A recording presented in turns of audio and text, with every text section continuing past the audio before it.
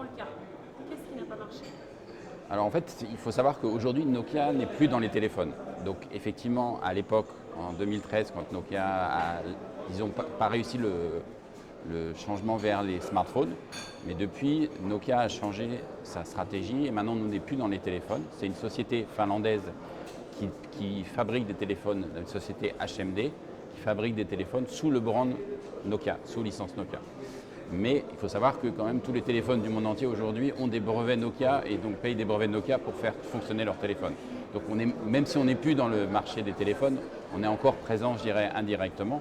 Donc aujourd'hui, Nokia s'est recentré uniquement sur tout ce qui est infrastructure pour les réseaux mobiles, les réseaux fixes, les antennes, l'IP, la transmission optique et tout ce qui est cloud et infrastructure software en fait, et software. Donc on n'est plus du tout dans le monde des mobiles. Les gens ne le savent peut-être pas encore. Le brand y est encore, mais Nokia n'y est plus en fait. Et on fait aujourd'hui à peu près 24 milliards, 25 milliards de chiffre d'affaires sur les infrastructures uniquement. C'est le cœur, c'est l'unique métier que l'on fait aujourd'hui. Alors, non, ma question ne tient pas tellement. Ma question qui suit, je suis embêtée parce que je voulais parler du Nokia 105. Oui, enfin, alors, la société HMD a créé des téléphones, a recréé des téléphones un peu anciennes mode, etc.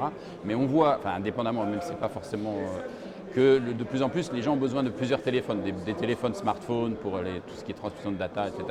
Et des petits téléphones annexes qui ont une durée de vie très longue et qui permettent de communiquer partout, même dans des endroits où il y a moins d'électricité, etc. Donc, mais bon, je sais pas, je vous dis juste à titre d'information. D'accord, mais c'est une très bonne, comment dire, une solution parce que là, on parle beaucoup de la connectivité sur le continent, de la connectivité via le téléphone. Et un téléphone comme celui-là, avec double puce, pas hyper cher. Ouais. Enfin, moi, j'avais envie d'en parler. Non, mais Parce que je trouve que ça répond quand même vachement. Non, mais tout à fait, c'est vraiment une problématique des pays africains, des pays en développement, où on n'a vraiment pas forcément de l'électricité partout, de la recharge, et donc c'est important d'avoir des téléphones longue vie et, et très pratiques, etc. Mais vraiment aujourd'hui, Nokia, on est dans tout ce qui est infrastructure, et d'ailleurs aujourd'hui, toutes les connexions Internet que vous avez dans le monde, tous les câbles sous-marins sont faits par Nokia, par la société ASN de Nokia. En fait. Donc les câbles tout Africa, Econia de Google, les câbles ACES, etc. Tout ça, c'est la société Nokia qui le fait. Dans répertorié, c'était ma question suivante, vous l'avez déjà dit. J'ai pas vu les questions. J'allais vous dire que, effectivement, vous l'avez dit, voilà, vous n'êtes plus tellement dans les téléphones, vous êtes dans les infrastructures, etc. Vous les avez cités. Alors moi, je voulais savoir si, est-ce que Nokia s'intéresse à l'écosystème des startups africaines? Oui, on s'intéresse à l'écosystème des startups. On travaille même de temps en temps avec eux, on les côtoie. Moi, je connais par exemple Jocolab au Sénégal, qui est assez importante. On essaye de travailler pour l'écosystème parce qu'en fait, que ce soit la 4G ou la 5G, ça ne fonctionnera en Afrique que si l'écosystème est là. Et on a besoin d'applications locales. Donc, on travaille en partenariat avec les startups parce que c'est elles qui vont créer le contenu et les applications qui vont être utiles ici. Nous, on fournit, je dirais, plus l'infrastructure qui permet de faire passer des données, mais ce qui est important, c'est qu'après, les données, le contenu soit local, les applications soient locales. On travaille par exemple sur des démos 5G, on a fait des pilotes 5G avec Orange au Sénégal et en Côte d'Ivoire. On a fait des démonstrations de e-agriculture, donc avec des drones qui permettaient de détecter les fruits qui sont mûrs, pas mûrs à distance, etc. Et donc on essaye de travailler, on apporte nos propres solutions, mais c'est souvent avec des partenaires, ou des partenaires locaux, etc. On essaye d'utiliser des applications qui vont permettre de mettre du contenu sur les réseaux. Donc vous n'interagissez pas directement avec les startups, mais c'est avec des grands, voilà, on prend des grands incubateurs. Voilà, des incubateurs qu'on essaye de faire des solutions, trouver des solutions adaptées aux technologies qu'on met en place. En fait. Quels sont les grands projets de Nokia là, pour l'Afrique là? Mais pour l'Afrique, enfin, il y a déjà des projets très récents qu'on a fait récemment, deux greenfields qui ont été ouverts, l'un en Éthiopie, le deuxième opérateur Éthiopie avec Safaricom. Nokia fournit une bonne partie du réseau. Et récemment, Africell, qui est un de vos partenaires, en Angola, on a développé et introduit le réseau bout en bout de Africell en Angola, qui le premier jour, enfin au bout d'un mois, avait gagné 2 millions d'abonnés. Donc ça, on travaille sur ces aspects Greenfield.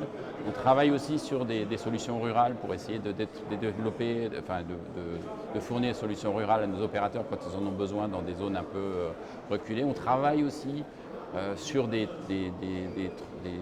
pas les fibres optiques, on met rarement les fibres optiques, mais pour les équipements actifs, sur des fibres optiques. On le fait ici en RDC, on fournit nos équipements actifs pour Liquid ou pour Orange sur le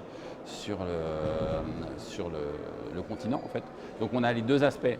L'aspect réseau type 2 Africa, par exemple le 2 Africa, le grand C-Cable qui va arriver et qui est fourni par ASN, la structure de Nokia qui fait les câbles sous-marins. Donc ils vont fournir, qui vont arriver, qui vont avoir je crois 19 points d'interconnexion, dont un en RDC pour apporter en fait, c'est la capacité que va apporter par exemple de Africa, c'est plus que la capacité de tous les câbles actuels en fait. Donc on voit qu'il y a de plus en plus de besoins de data. Alors il faut déjà le faire venir au travers des liaisons sous-marines et après il faut développer en interne, à l'intérieur des pays, des relais, des infrastructures locales, des fibres locales et on participe sur certains pays à fournir plus les équipements actifs que les équipements passifs, mais on nous arrive aussi de mettre des équipements passifs. Je vous remercie. Ok. Vous parlez de l'UNICEF, non? Bon, je ne vais pas parler de l'UNICEF, mais c'est pas... Oui, on reprend. Vous voulez qu'on reprenne une réponse? Si vous pensez que ça a dû. Oui. C'est vous, hein? Les écoles dans les zones Ah rurales. oui, ça c'est important. Ok. Donc, je reprends la question sur les. Non, mais sur les grands projets. là, comme j'ai... Non, juste, vous pouvez Ouais. rajouter ça. Vous pouvez rajouter dans les rushs, on va. D'accord. Allez-y, comme si j'avais posé Voilà. la question. Et un autre projet sur lequel on a réalisé récemment, c'était au Kenya, en partenariat avec Safaricom et avec l'UNICEF, bien sûr. C'était de déployer en fait des solutions optimales pour les écoles. Donc on mettait ce qu'on appelait du Fast Mile au niveau des écoles et après ça générait du Wi-Fi dans les différentes écoles. On a interconnecté à peu près 100 écoles donc au Kenya parce qu'on pense que l'éducation est vraiment clé aujourd'hui en Afrique pour pouvoir développer l'éthique en fait.